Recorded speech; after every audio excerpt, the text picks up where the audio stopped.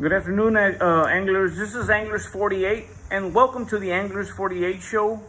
Greatly appreciate you guys tuning in. What are we going to be talking about on this episode? We're going to be talking about adding a trolling motor to your kayak. I believe it's a very good investment.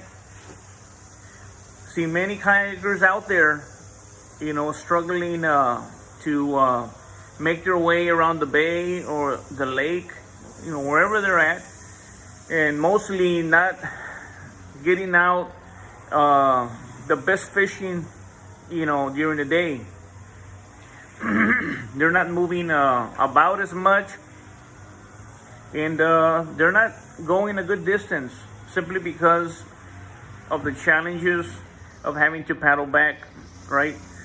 So we're going to be talking about the advantages and the disadvantages of having a trolling motor being put up on the kayak. I personally have a trolling motor, and I have had a trolling motor on my kayak for the past 13 years. And again, these trolling motors, they're designed for freshwater, but they have worked really well in saltwater. Okay, so the advantages of having a trolling motor. Now, there are different levels of trolling motors. People have trolling motors built in their kayaks in different ways. There's different setups. Some people, they put their trolling motor at the back of the kayak. There's a lot that has to go in to doing that setup. People put their trolling motors right under the kayak. There's maybe a spacing where they can put the trolling motor there, and others put it on the side of the kayak. Mine is right behind me and on the right side. Okay, it depends which side you're more comfortable having that trolling motor on. For me, it works best on the right side. Okay, so one of the first advantages of having a trolling motor on your kayak is you get to your spot a lot faster. A lot of people, they have to paddle to a particular spot that they want to get to. For those who have a motorized kayak, they can get there a lot faster. If you're racing between kayakers, maybe they'll get to that spot a lot faster. But you can get to your spot a lot faster, and also when it's time to call it quits, you can get out of the water faster. A lot of the times, the winds pick up, and it's a challenge to get back out of the water. If you have a trolling motor, it cuts through the water a lot easier. You don't have to be messing around with that struggle. So that's one of the advantages. Once again, it gets you to your spot faster, and also it gets you out of the water a lot faster as well. You can hit more spots when you have a trolling motor on your kayak in town and away from town. Sometimes you're fishing and all of a sudden you have anglers that are waiting, or you have anglers that are on a kayak and they're anchored and you have to paddle around them. With your trolling motor, you just turn it on and go. You go to your next spot. You go around them. Okay, so if you don't have a trolling motor, you may not hit those far away spots. You may not hit spots, in that general area, simply because it's just, there's a lot of work that needs to go into that. When you're on a kayak and you're paddling, there's a lot of energy that is needed, right? And if you're struggling to go from place to place and you're constantly paddling, that energy, you may not have it. So when you're landing a fish or when you're casting out your poles, so save that energy for fishing, not paddling. And sometimes that paddling back to town can be excruciating, specifically if the current or the winds pick up. So energy is very important. A lot of us, we don't have that energy at the end of the day, causing you to have to walk the kayak back. And I've seen that quite a bit, where people are walking their kayak back to the truck or wherever their launch, place was. When you're on a kayak and you have it motorized, you can put a lot of gear on it. You have a lot more setups, right? You have rods that are ready to go, as opposed to when you don't have a motor on it, where you have to paddle. In essence, a lot of those people, they go fishing with light tackle. They don't take that much gear because they know that the kayak is gonna get heavy, and they may not be able to handle that. So when you do have a motor, you can take your full fishing poles. You can take a lot of different stuff. Depending on what type of fishing you're gonna be doing that day. So you can take a lot more stuff because the motor is gonna be the one doing the work. When you have a setup with a trolling motor and everything, you can go long distances, but you can also consider doing some night fishing, right? Because when you're gonna do some fishing, if you don't have a motor, you don't want to overload the stuff. Here, when I go fishing, I take the cot, I take my chair, right? I take the sleeping bag, fully loaded with rods and reels, the lantern, got the anchor. So my kayak is loaded, but all I'm doing is just sitting back and letting that motor and the battery do all the work. So once again, you can get out there, you can do some overnight fishing in some faraway places. And when it's time to come home, just put everything back and once again, let the motor and battery do the whole work. The weather. When you're paddling, a lot of the times you don't go out fishing simply because the challenge that exists when you have to paddle back or to move around. I remember when I first started, there were times when the winds picked up and I was paddling and I wanted to go, let's say this way, I wanted to go that way, but I couldn't go that way. The wind, it was just too bad for me to go that way where I wanted to go. And as hard as I tried, I couldn't. That's a struggle. That needs energy.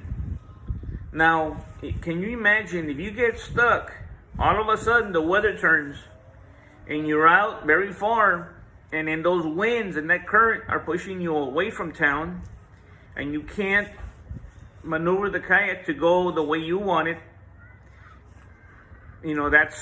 That's a Coast Guard. That's, the game warden, 911. Okay, you need help.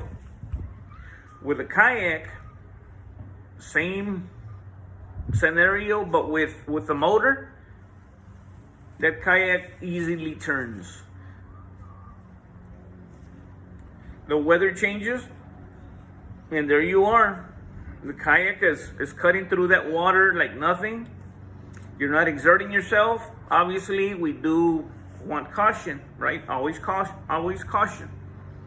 Just because you have a motor, you're not gonna get into situations where you can't get yourself out of, even with a trolling motor. So if you have a trolling motor and the weather's going to be a little shaky, you can still manage to get out there because the trolling motor is going to be the one doing the work. You see, so there you have it. And there are many, many other advantages, many others. These are some of the ones that I chose to kind of touch up on. Now, we're going to be talking about the disadvantages here, right? And there are many disadvantages. The first one is costly. It's costly. I'm not saying a whole lot, but if you have a kayak, right? If you have a kayak, first, you have to be the primary owner, right? And you have to have documentation in order to have a trolling motor. If you have proper documentation, like a receipt or a bill of sale with the previous owner's information, the kayak has a serial number, then you take the next step, right? You got to register it. That's costly right there. You're talking about maybe $75, around that area, $75. Registration, title. There's a cost of buying the trolling motor. There's a cost of buying the battery. There's a cost of buying the equipment here and there, the whatever you're gonna use to set up that trolling motor. And you need some PVC pipes, right? You need a 2x4. You need some U-bolts, nuts and washers. Okay, so it's gonna be somewhat costly, and then you gotta renew it, right, every 2 years. And then if something breaks, if the prop breaks, new gauge wire. So it does have its costs. Assembly. What I mean about assembly is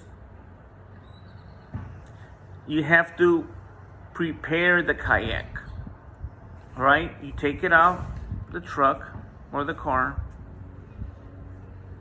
you load it up, you have to put the motor, you got to bring the battery. A lot of people, they don't do that. They don't want to mess with that. They just want to get the kayak, get it in the water as quick as possible. So there is that assembly, of setting the kayak up. For me, it takes about 30 to 40 minutes. I'm taking my time, getting everything ready, making sure I don't forget anything. And then taking everything off the kayak, right? Taking the motor off, the battery, disconnecting the battery. So you have all of that right there. It's heavy equipment. If the kayak wasn't heavy enough, the battery size, maybe you got a big battery, weighs about 40 pounds, 50 pounds, those heavy duty marine batteries. The motor, it's for about 14 pounds, depending on which one you get. So there is heavy equipment. You got to lug it around. This is the one that kind of, that you're afraid of. What if you get stranded out there? What if all of a sudden the battery dies? You break a prop. There's a short. We don't like to think about these things, but you go fishing 100 times, there's always that 101 time, that one time that something happens. When I go fishing, I take my battery. It's a big battery, 50 pounds. It's a marine battery, interstate. and I take a small lawn and garden battery. That battery, for example, I keep it charged, and that one is just to get me to the shore, as close to the shore as possible, any shore. Okay, so I have that right there. Do I ever use it? No, but I make sure that it's working, and in case there's an issue, I have that little battery just to get me to shore, to safety. You know, props, you end up hitting some oyster beds, things of that nature. The shear pin, that'll go sometimes. Sometimes you're out there trolling for a good couple of hours, and you waste the battery, or there's a short something. The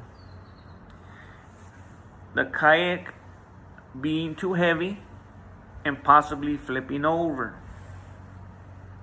There are kayaks that are easily accessible to be flipped over. I have the Pelican Catch 100. It's a very wide kayak, very difficult if you want it for paddling. Well, my partner in crime, Tony, flipped that kayak. Beautiful day, beautiful overnight trip, beautiful morning. As we're getting close to the truck, they're in Arroyo City. The mount from where you attach the trolling motor, those rod holders in the back, they broke off. He's running the trolling motor. Everything shifts. The trolling motor still going, and all the weight from the overnight trip, the propulsion and all that, flipped the kayak.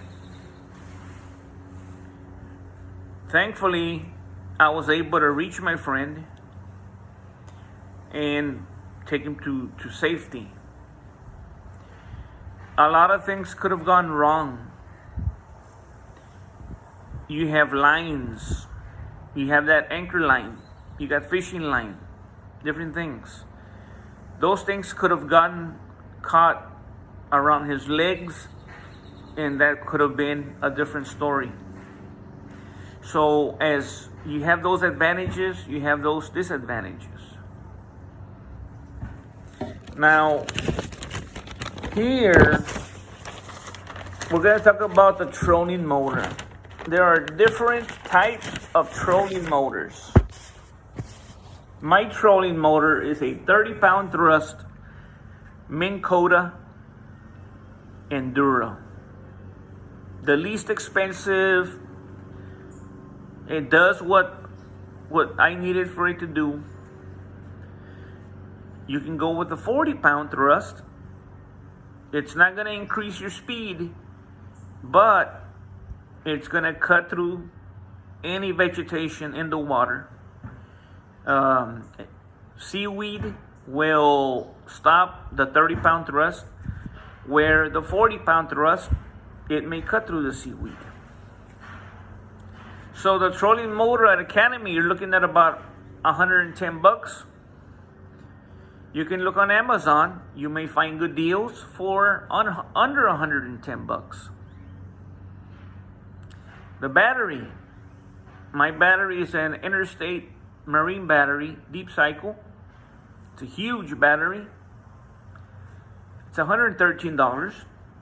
And what I say is, if it can move my tracker, right? If it can move that beast right there, what's a kayak? Right?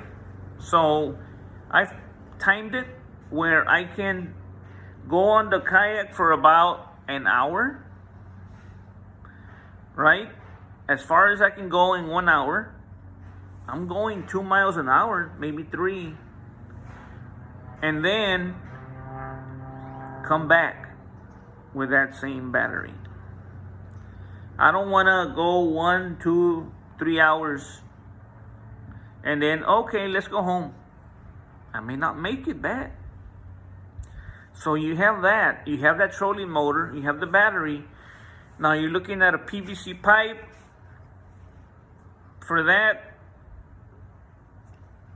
every rod holder is different. Mine was, I believe, 1/4, right? The measurement, 1/4. It's supposed to fit snug in there, the PVC pipe. And it'll go down maybe about less than a half a foot, close to a half a foot. It depends. You don't want it to go sliding in easy. No. So you have those sizes, the one that slides in easy and then the one that you have difficulty putting in there. What I did is I put a little bit of the grease, the marine grease that I have. I put some on there, slid it in, pushed it in as far as I could. Now it's tight. It's jammed in there tight. What do you do now? You do the same to the other side. Then you get a board. I'm using a 2x4. I cut the width of the kayak plus maybe about 6 inches. As long as your trolling motor can mount to that right side or that left side, whichever side, best, right? One side of the trolling motor, it's gonna be right at the edge of the side of the kayak, and then you're gonna have about 6 inches, maybe a little more, sticking out where you're gonna mount your trolling motor. You're gonna get U-bolts. You're gonna get nuts, washers to secure the board to the PVC pipes. You're gonna get caps, right? Your caps. Put them over those PVC pipes. You can paint them, right? Before, during, or after your work. And that's one of the disadvantages that you can include. People are like, I don't know how to do all this stuff. It's hard. And it is, initially. But I have several videos in my channel that show you how to do this. I have several videos that some are more detailed than others. But yeah, you need forms, right?